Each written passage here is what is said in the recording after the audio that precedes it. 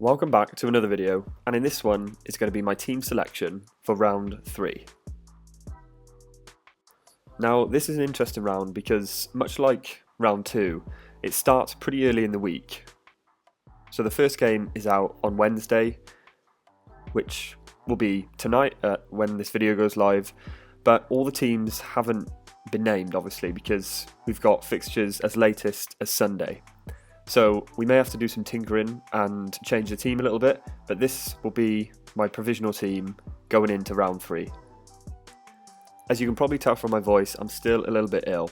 So if you do like the video and do like the grind of this fancy rugby, then please subscribe to the channel, turn notifications on so you do not miss out on a video. So let's get straight into it. Up front, in the front row, I've gone with Showman, Mamukashvili and Gigashvili. Hopefully I've pronounced that right for any Georgian listeners listening into the channel.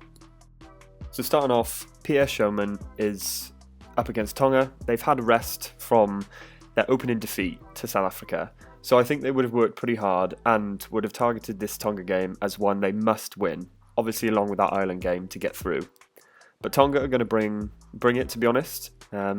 That is physically up front as well as obviously their physical backs, but I think it's going to be one in the tight 5, and I think Showman is crucial to not only their scrum but their ball carrying as well. Next at hooker I've gone with Mamukashvili. So Georgia play Portugal. Obviously they lost to Australia in the opening round, which was a pretty bad defeat to be honest, but Mamukashvili actually scored 28 points even though it was a loss. He won a turnover, also stole some lineouts and won lineouts as well. But where I see most of the points coming from is that Georgian scrum. So even though Portugal put up a pretty good fight against Wales, I think the Georgian dominance up front is just going to be too much for them. And that goes exactly the same for Gigashvili as well. So he actually scored a try last time out against Australia, pretty fortunate to be honest, but also won a turnover and also got some good points for scrums won as well. So I think that Georgian front row are pretty solid and against maybe a weakened Portugal side.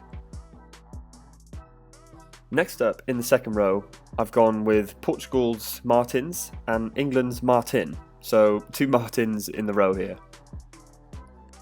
So Martins for Portugal is going to be my defensive captain for the round. So he's down as second row, but he actually plays 7 for Portugal in real life. I expect Portugal to have probably less of the ball again, so less possession. He actually made 18 tackles last game, so I think he's a pretty solid option for defensive king.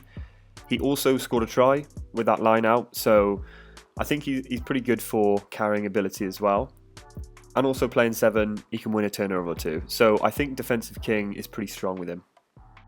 Then as for George Martin, he's also down as a second row in fantasy.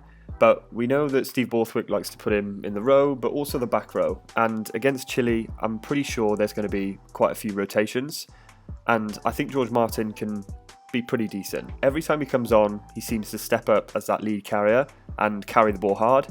But he's also got good defensive capabilities as well. Not that I'm betting on Chile to have the ball as much as England, but I do feel like George Martin is going to get some good game time in this game.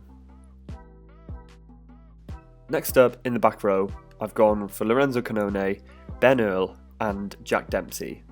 So pretty solid ball carrying back row if I'd say so. So last time out against Namibia, Lorenzo Canone scored 48 points. He did get a try within that and forced a turnover, but also made some pretty decent tackles, and that's also against Namibia who didn't have much possession. He's also a great line-out option too, so he can get pretty decent scores from line-out steals as well. I just think overall he's a pretty decent option for Italy. He's also probably their main ball carrying outlet in that forward pack, so I think especially against Uruguay, I think he's just going to rack up some pretty good points. Now Ben Earl, probably along with George Ford, has been probably England's standout player to be honest. He scored 23 points against Argentina, which wasn't anything too special. But then against Japan, he scored 36 points, and that was pretty much through tackles and line breaks / defenders beaten. So with Ben Earl, he can do it all. The only worry I have is he is likely to be rotated, just with quite a few of the England back row players yet to play, like Jack Willis. Tom Curry also needs to come back and get some game time. So that's the only worry I see. However, if Ben Earl does play, I feel pretty confident that he's going to earn good points. And then finally, we've got Jack Dempsey. Similar to Canone for Italy, he's probably their main ball carrying outlet. And against South Africa, he scored 31 points, and that was in an 18-3 loss. So again, he's really good for tackles. Also scored some good points for offloading the ball as well, and that's against a pretty mean South Africa defence. Against this Tonga team, again, a bit like Ben Earl, rotation might be a bit of a worry, but they need to win the game. They've obviously lost their first, so I think they're going to go all guns blazing, and Jack Dempsey is going to perform pretty well for them. Now on to the backs, and in the halfbacks, I have gone with Antoine Dupont and then Georgia's Matkova. Now in this round, France play Namibia, and their team is literally their starting team. So they've obviously won against New Zealand, beat Uruguay as well, but pretty unconvincingly. But they have gone all out for this Namibia game. So I'm hoping they're going to rack up some pretty decent points. And when the best player in the world, Antoine Dupont, is against a side like Namibia, you just have to pick him. Even if he probably will get taken off early, I think that first half he's just going to run absolutely rampant. Now, at fly half, there were a few decent options. Could have obviously picked Finn Russell against Tonga. However, with budget in mind, I've actually gone for Matkova against Portugal. So he actually scored 49 points against Australia in that loss. That was from his try assists. He's also scored penalties, but he tackled a hell of a lot as well. I think it was over 10 or 12 tackles that he made. Also carried the ball pretty well, so I think he's an all-round pretty decent 10 for getting stuck into tackles like you would expect from a Georgian, but also pulling the strings as an outside half does. So I'm confident against Portugal that he's going to do pretty well.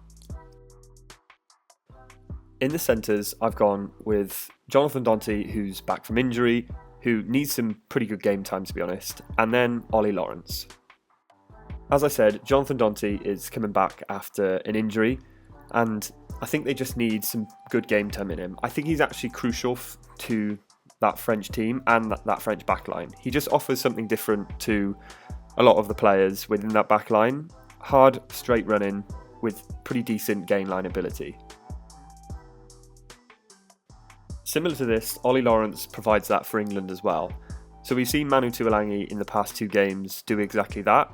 Get gain line, good meters made, and I think they're going to probably switch and rotate that around a little bit because Tuilagi is probably crucial to that England team going forward, and Ollie Lawrence can literally switch in and do that just as good. Then in the back 3, which I always find it hardest to pick because there's just so many good players, I have gone with Damien Penaud as my captain, Ange Kapuatsu and Monty Ioane. Now for me, this was probably the toughest 3 picks of the whole team.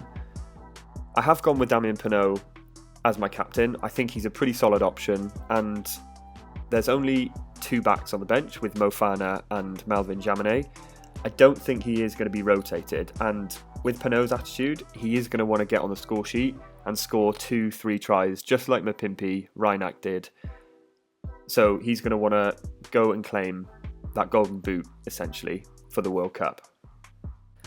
And we all know what Kapuatsu can do. He's against Uruguay, who put up a pretty good fight against France, but Italy have gone all guns blazing with their team, and I think Kapuatsu, back in his preferred 15 position, is just going to run riot. I don't think Uruguay have the capabilities to match his speed and pace, so I think he's just going to burn them on the outside, get a few assists, and I'm hoping a few tries along the way. Similar here with Monty Ioane, he offers something different to that Italian backline. He has got speed and stepping ability, but he's also got a lot of power. So I think that Uruguay team are going to find it hard to defend that. Kapuatsu and Ioane are actually probably a perfect pair. Ioane's got power, Capuozzo's got speed and agility. So these two together, I think, are going to run Uruguay rampant. And that French team as well was kind of their second, third string who hadn't played too much together. This Italy team have played a lot together, know each other's combinations, so I think it can go really well for them. So there you have it. That is my team selection for round 3. Obviously, most of the teams aren't actually out yet, so this is subject to change. For example, England might not name Ben Earl, Ollie Lawrence, George Martin, for example. So we might have to tweak a little bit. And I've also missed off pretty big omissions like a Tomás Ramos, for example, who's going to get good meters and kick probably all the goals for France. So there might be some tinkering. So please subscribe to the channel, turn notifications on to not miss an updated team selection. But thanks for watching all, and good luck in the round. I'll see you in the next one.